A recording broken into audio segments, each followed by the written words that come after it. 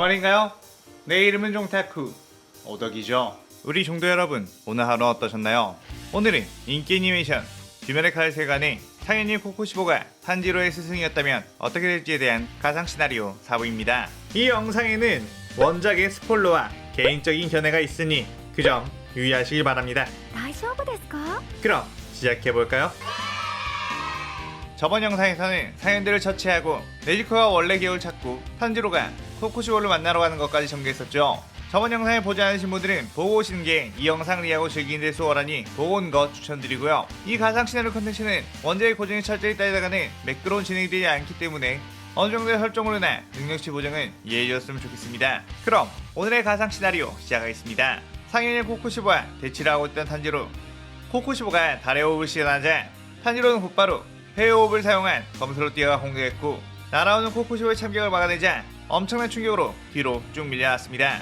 그때 어느새 코코시보가 탄지로의 뒤에 나타나 칼 손잡이 부분으로 탄지로를 공격했고, 탄지로는 튕겨 나가 넘어졌죠. 코코시보는 탄지로에게 아직 마음을 다잡고 있지 못하는구나, 어서 날 죽일 각오로 덤벼라 라고 했고, 탄지로는 도대체 왜 내 가족들을 죽인 거냐며 소리쳤고, 코코시보는 무제한을 죽이기 위해서다 라고 답을 했습니다. 그렇다면 그냥 나만 데리고 검수를 알려주면 되지 왜 죄 없는 가족들을 해쳤냐며 눈물을 흘렸죠. 코코시보는 이미 벌어진 일이다, 네지코를 인간으로 되돌리기 위해서는 무제한을 처치하는 건 필수이니 너 원래 하던 대로 하면 된다 라고 묵묵하게 말했고, 탄지로는 그 담담한 코코시보의 말에 더욱 열이 받았습니다. 탄지로는 정말로 당신을 죽이겠다는 말하며 헤어호흡을 시전했고, 내비치는 세계로 코코시보를 비춰보기 시작했죠. 코코시보 역시 달의 호흡을 시전하고 탄지로의 공격을 기다렸습니다. 탄지로는 빠르게 뛰어가 코코시보에게 공격을 날렸고, 코코시보는 탄지로의 검을 계속해서 막아내며 빈틈이 보일 때마다 발로 걷어차거나 칼자루로 때려 날려버렸죠. 탄지로는 그에 포기하지 않고 계속해서 코코시보를 노렸고,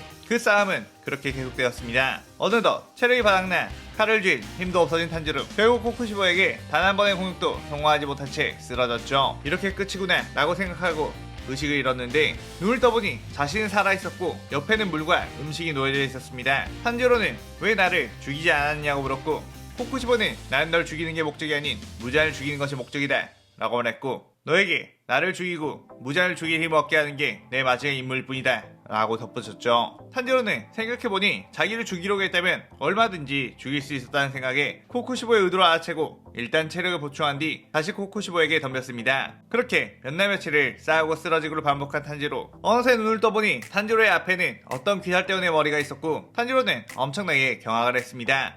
이게 무슨 짓이냐고 탄지로는 소리쳤고, 코코시보는 아무래도 넌 재능이 없어 보여서 이대로는 안 될 것 같으니 네가 쓰러질 때마다 귀살대원 한 명씩 잡아다가 목을 베겠다 라고 했죠. 이 다음번에는 너와 친하게 지내던 멧돼지 털을 쓴 녀석이나 노란머리 녀석 또는 여자 귀살대원의 목을 가져오겠다고 했습니다. 탄지로는 그렇게는 둘 수 없다며 더 집중해서 코코시보와 싸워봤지만 여전히 코코시보를 이기기엔 역부족이었고, 또다시 체력이 다해 쓰러지고 말았죠. 그렇게 다시 눈을 뜬 탄지로의 눈앞에는 시체가 새고 있었는데, 보자마자 그 시체는 이노스케와 셰이츠, 카나와라는 것을 알아봤습니다.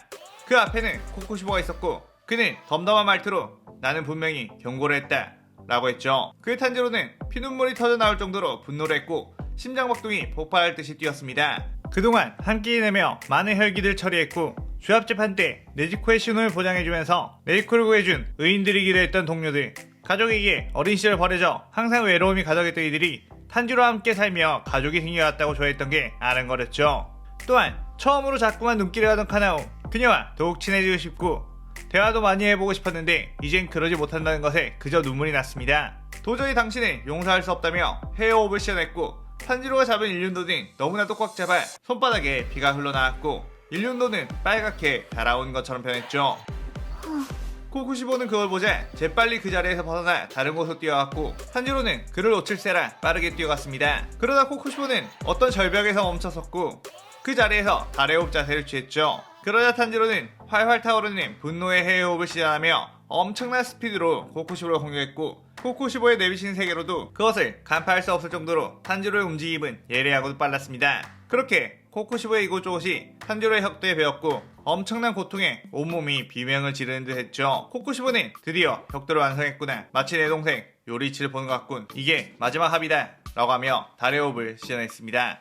탄지로도 자신의 모든 힘을 짜내 덤벼들었고, 그 둘의 칼이 닿으려고 하는 순간 코쿠시보는 일부러 궤도를 틀어 탄지로의 옆쪽에 휘둘렀고 탄지로는 그대로 코쿠시보의 목을 베어냈습니다. 그렇게 목이 잘린 코쿠시보는 그 절벽 아래로 추락해 땅으로 떨어졌죠. 드디어 억울하게 죽은 가족들의 원수와 친구들의 원수를 갚았다며 눈물 흘리는 탄지로는 눈물 닦으며 죽은 동료들의 시신을 수습해주기 위해 내려왔는데 어디에도 그 시체들은 없었죠. 이게 무슨 일인가 계속 찾다가 찾지 못해 자신의 거처로 돌아갔는데 자신의 집에는 이노스케와 제니치가 멀쩡하게 투닥거리며 다투고 있었습니다. 너희들 어떻게 여기 있는 거야? 몸이 멀쩡하네? 라고 묻자 그들은 그게 무슨 소리냐며 우린 어제부터 계속 이곳에서 수련만 하고 있었다고 했죠. 탄지로는 그에 바로 나비저 태고 뛰어가 봤는데 카나오도 희미한 미소로 탄지로를 반겨줬고 차를 내왔죠. 아까 자신이 본 시체들은 무엇인지 엄청나게 멘붕이 온 상태. 그때 타마의 고양이가 편지를 가져왔고 그 편지에는 자신을 만나러 오라고 쓰여 있었습니다.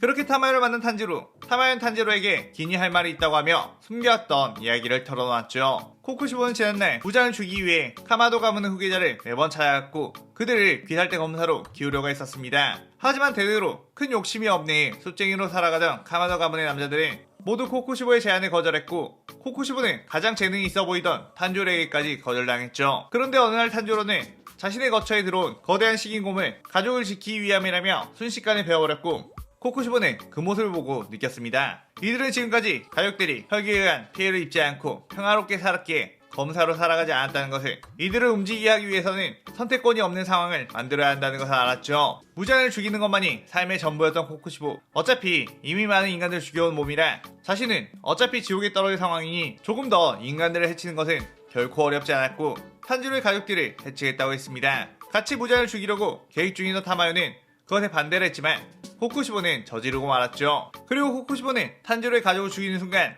탄지로를 성장시킨 제물로서 탄지로에게 최후를 맞이할 생각이었습니다. 하지만 탄지로는 그동안 함께했던 정 때문에 자신의 가족을 죽인 코쿠시보를 상대로 제대로 된 각성을 할 수가 없었고 코쿠시보는 특단의 조치를 내리게 되었습니다. 바로 타마요의 혈깃을 사용하는 것이었는데 타마요는 환각을 보게 할 수 있는 능력이 있었기에 쓰러져 잠들어 있는 탄지로에게 혈깃을 마시게 하고 일어났을 때 자신의 동료인 이노스케 제이치 카나오의 시체를 보게 했던 거였죠. 타마요는 마음만 먹으면 코쿠시보가 실제로 동료들을 잡아다가 죽인 뒤 시체를 앞에 놔둘 수도 있었겠지만 코쿠시보 역시 탄지로와 정이 들어 실제로 그의 동료들을 죽이긴 힘들었고 타마요에게 부탁을 한 것이었습니다. 탄지로는 그 얘기를 듣고 또다시 마음의 혼란이 찾아왔고 어쩔 줄 몰라 했죠.